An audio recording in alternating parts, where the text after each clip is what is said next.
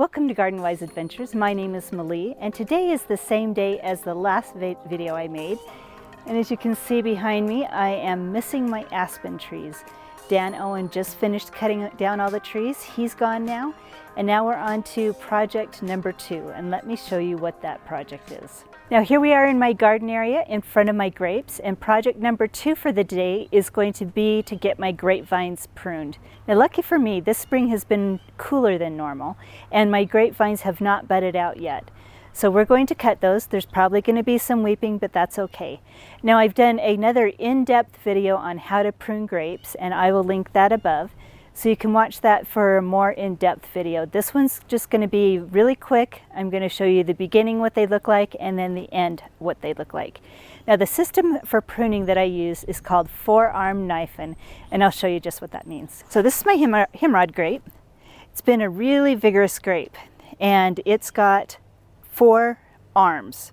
Now those arms are the branches that are going out horizontally. Another name for them is cordon. Now the cordon is the basics, the basic structure of your grapevines, and that is where you're going to get the growth that's going to produce grapes. Now we've got a lot of excess growth here that's going to come off, and I'll show you what it looks like at the end. But these vines were the vines that produced grapes last year. Now let me show you what a spur is.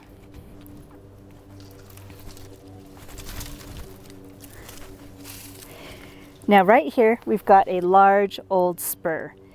What I'm going to do is all the vines that have grown off of this, I'm going to cut it back so there's only 2 vines left, and I'm going to prune each one of those vines so that there's 1 or 2 buds left on it. And so all you'll see, it'll be, this branch will be bare except for the spurs. You'll see we have several old spurs on it, and there'll be just a couple of branches sticking out of them.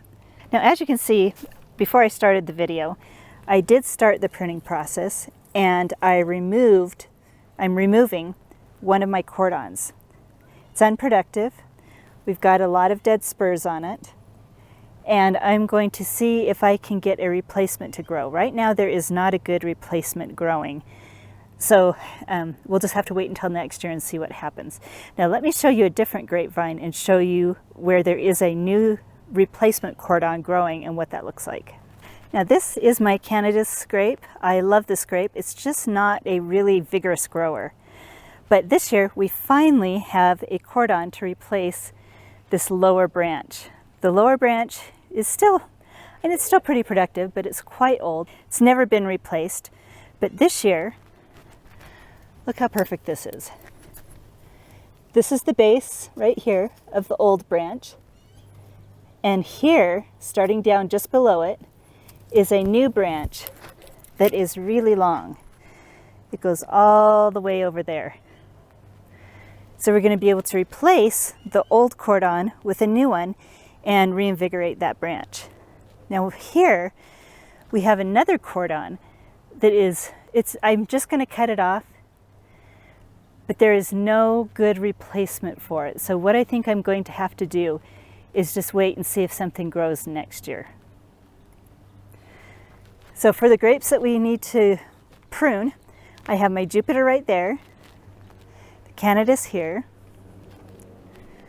Down this way, I have my Swenson Red, which is my most vigorous grape.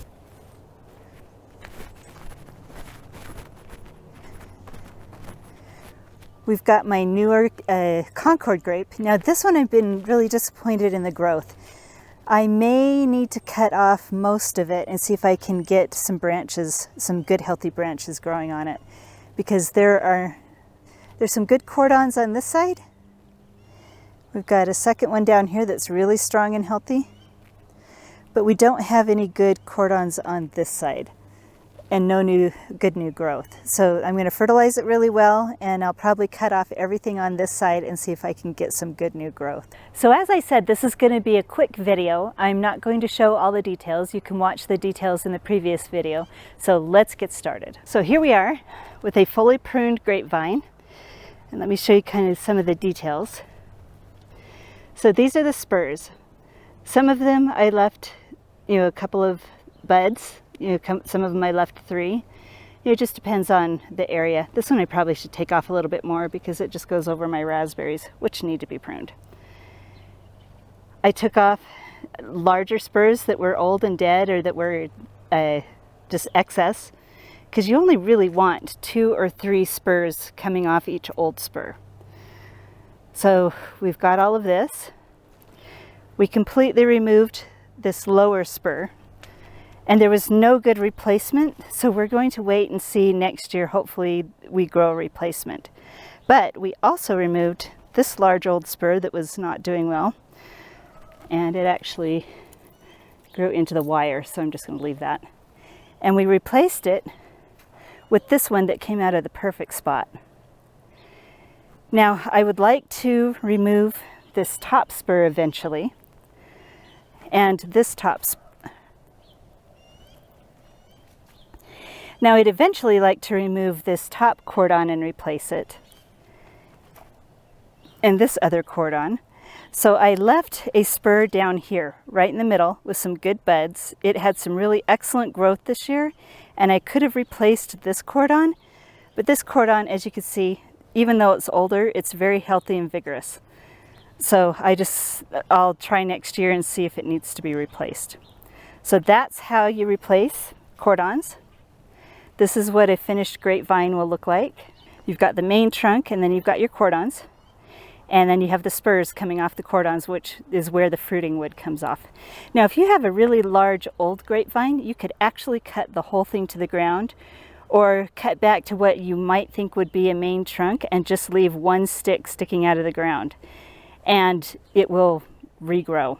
It will take pruning just like you would prune a brand new grape to get it back going to what you would like it to look like. So this is what I have. Now I'm not going to show the pruning of the rest of my grapevines because I'm running out of batteries and running out of daylight. You know, we've had 2 big projects today, but I will show you what it looks like at the end. So I'll see you on the other side. Okay, so I am finished. I showed you the hemorrhoid first. Let's take you over here and show you the rest of them. And on the way past, let's look and see how well the cabbages and the kohlrabi are doing. Sorry for the shadows. My lettuce, things are going well in here. Okay, so this is what I did to my Concord grape. I cut off the side that was not productive. You know, it did not give me any good branches, any good cordons. So I left a spur down here. You can see how it's weeping right now. All of my cuts are weeping, and it's okay. But hopefully this one will give me a good strong vine so that I can have a cordon there. And then I cut it off up here.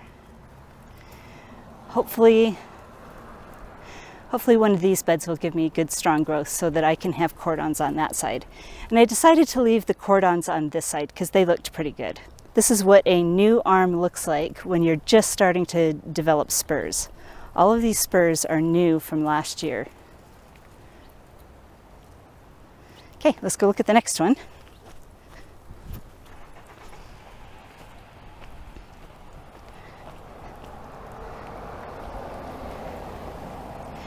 This is my Swenson Red. There wasn't any really good growth to replace any of the cordons. The only one that really needs to be replaced is that one down there. That one has the most spurs dying off. Everything else is pretty healthy.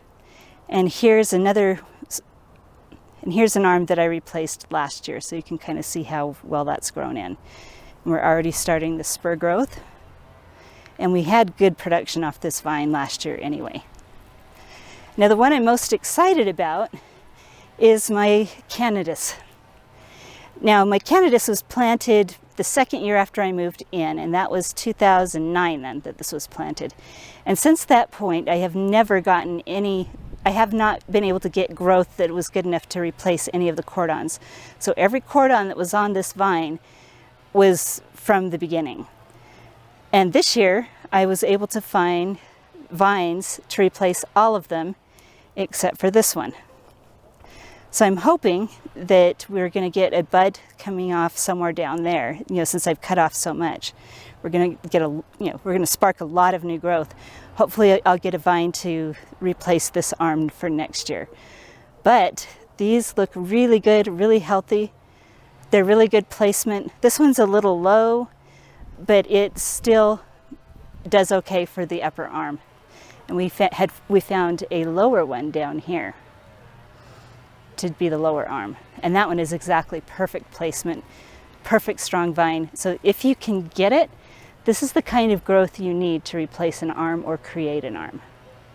Really nice and straight, excellent placement, and long and thick all the way down. So we should get good production off this year, and I'm excited. So let's look at the last one. Now this is my Jupiter, and I've been in the process of replacing all the cordons for the last 2 years. So I think this one up here is 1 year old. That was replaced last year. I think this one down here was replaced 2 years ago. This one right here may have been replaced 3 years ago. And this one was replaced, I think, the same time that other one was, 3 years ago. So you can see the difference in the spurs. This one's already got a lot of well-developed spurs all along it. And so does this one. You can see the well-developed spurs with the buds on them. You can see the buds right there.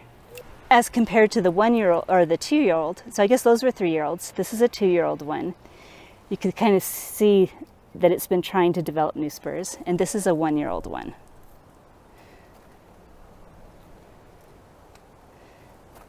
So there are differences. So thank you for coming along with me on this adventure. I'm so glad I was able to get the grapes pruned. It was really pushing it. We were starting to see a few little buds starting to open, and that's getting a little bit late. So this should have been done about 2 weeks ago, but we do what we can do when we're gardening and be grateful for the rest. And I hope you had a wonderful garden adventure with me. If you enjoyed this video, please like and subscribe, and go have a wonderful garden adventure.